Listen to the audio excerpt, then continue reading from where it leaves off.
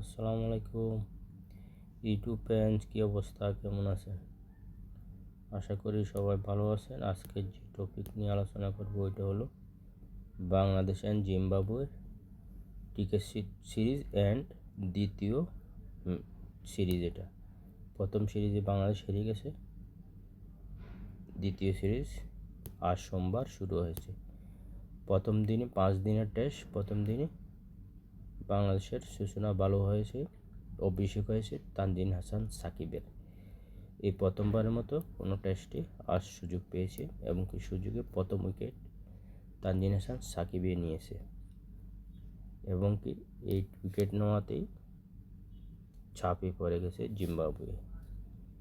যে দুর্বল জিম্বাবুয়ে বলতে এখন সাকিবও নাই, বাংলাদেশের টিমের তামিমও নাই, এই জন্য মাহমুদুল্লাহ নাই, এই জন্য কি বাংলাদেশ টিম দুর্বল হয়ে পড়ছে। ঠিক আছে, যাই হোক ওটি আলোচনা করব পরে। এখন যে মূল বিষয় হলো, পরে দ্বিতীয় উইকেট নিয়েছেন নাইম শেখ। দ্বিতীয় উইকেট নিয়েছেন নাইম শেখ 72 রানের মাথায় এবং তৃতীয় উইকেট আবারও নিয়েছেন নাইম শেখ 177 রানের মাথায়। ভালো সূচনা দিয়েছেন দুজন। পরে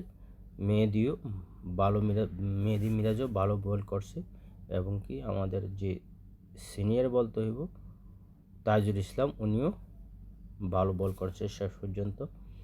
তাইজুল ইসলাম বাংলাদেশের পক্ষে 5 উইকেট নিয়েছেন এবং কি বাংলাদেশের যে প্রথম দিনে যে জিম্বাবুয়ের উইকেটগুলো একদম যেটা তানজিদ হাসান সাকিব শুরু করছেন সেই লেভেলেই নাইম শেখ করছে এবং কি তাইজুলও একদম ভালো বল করছে। মেহেদী হাসান মিরাজও ভালো বল করছে। তবে শেষ পর্যন্ত 9 উইকেটে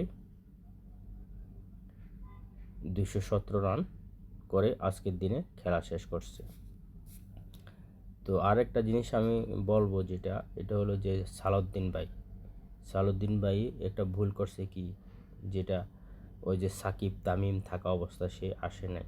সে বলতো আমি কোচ হবো না, কিন্তু ওই সময় দরকার ছিল। ওই সময় হলে কী হতো, তাদের জন্য সালাউদ্দিন ভাই উপরের দিকে উঠে যেত, যে ভালো একটা কোর্স হইতো। কিন্তু এখন তো তারা নাই, মাহমুদুল্লাহ নাই, সাকিব নাই, তামিম নাই।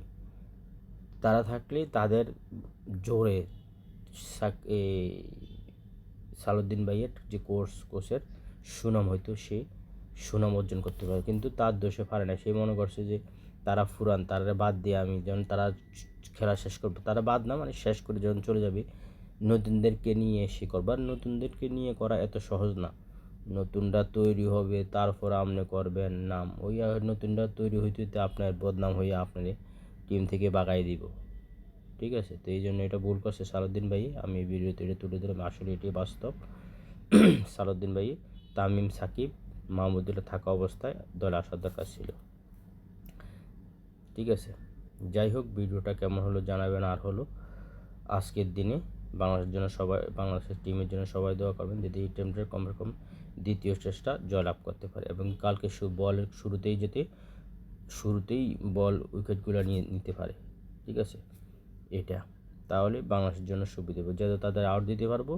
তো বাংলাদেশের যখন ব্যাট করব, বাংলাদেশ কমসে কম 2 দিন যদি ব্যাট করতে পারে, 2 দিন ব্যাট করলে 2 দিন কমসে 400 রান চলে আসবে। 400-450 রান ইজি আসবে। 400-450 রান 2 দিন ব্যাট করলেই তাহলে বাংলাদেশ দ্বিতীয় টেস্টে জয় লাভ করার জন্য সুবিধা হবে, সুযোগ তৈরি হবে। আর যদি এই 2 দিন খেলতে না পারে, তা ফোনে 2 দিন খেললেও হবে, 2 দিন না পারে তাহলে কিন্তু আবার হেরে যাবে। ঠিক আছে, যাই হোক ভিডিওটা কেমন হলো, বাংলার দ্বিতীয় টেস্ট নিয়ে আলোচনা করলাম এবং কি কমেন্টে জানাবেন, ফুল ভিডিও দেখবেন, সাবস্ক্রাইব করে দিবেন এবং কি শেয়ার করে দিবেন। শেয়ার করে দিলে অন্যরা দেখতে পাবে।